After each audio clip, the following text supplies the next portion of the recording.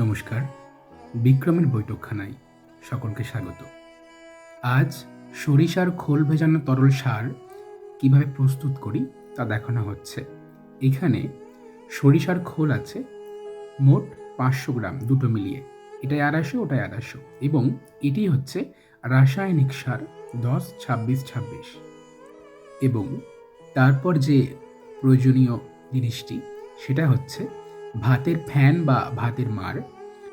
এই ভাতের ফ্যান বা মাড়ের সঙ্গে যদি সরিষার খোল ভেজানো হয় তাহলে এর গুণগত মান আরও বেড়ে যায়।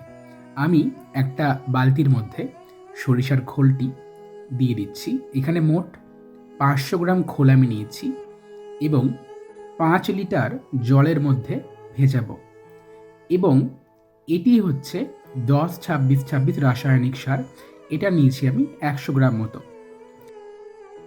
আমি এখানে ভাতের ফ্যানের সঙ্গে আরও কিছুটা জল মিশিয়ে মোট 5 লিটার জলের মধ্যে সরিষার খোল এবং 10-26-26 সারটিকে ভেজাবো। এই 10-26-26 রাসায়নিক সার যদি সরিষার খোলের মধ্যে মেশানো হয় তাহলে সরিষার খোলটি পচে যাওয়ার পর একটা স্ট্রং ফার্টিলাইজারে পরিণত হবে, যেখানে নাইট্রোজেন, ফসফরাস এবং পটাশিয়াম এই তিনটি অধিক মাত্রায় গাছ নিতে পারবে।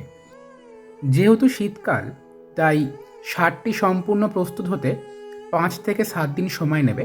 তারপরে গাছে প্রয়োগ করা যাবে। ফিরে এলাম 7 দিন পর। এবার দেখা যাক সারটি কেমন প্রস্তুত হয়েছে। দেখতে পাচ্ছেন সারটি খুবই সুন্দরভাবে প্রস্তুত হয়ে গিয়েছে। সরিষার খোল সম্পূর্ণরূপে পচে গিয়েছে এবং ওপরে ফেনা কেটে গেছে। আমরা 5 লিটার জলের সঙ্গে 500 গ্রাম সরিষার খোল মিশিয়েছিলাম।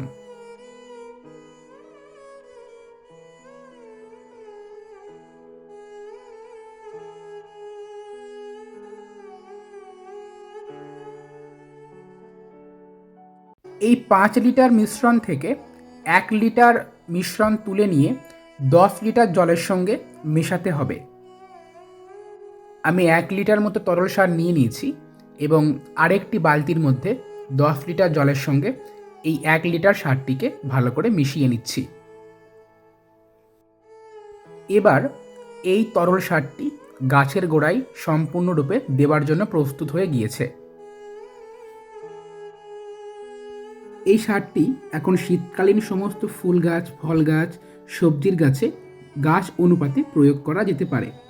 আমার বাগানের সমস্ত গাছগুলিকে শীতকালে আমি মূলত এই খাবারটাই দিয়ে থাকি এবং কিছু ফোলিয়া স্প্রে থাকে, সেগুলোর সময় বিশেষে দিই।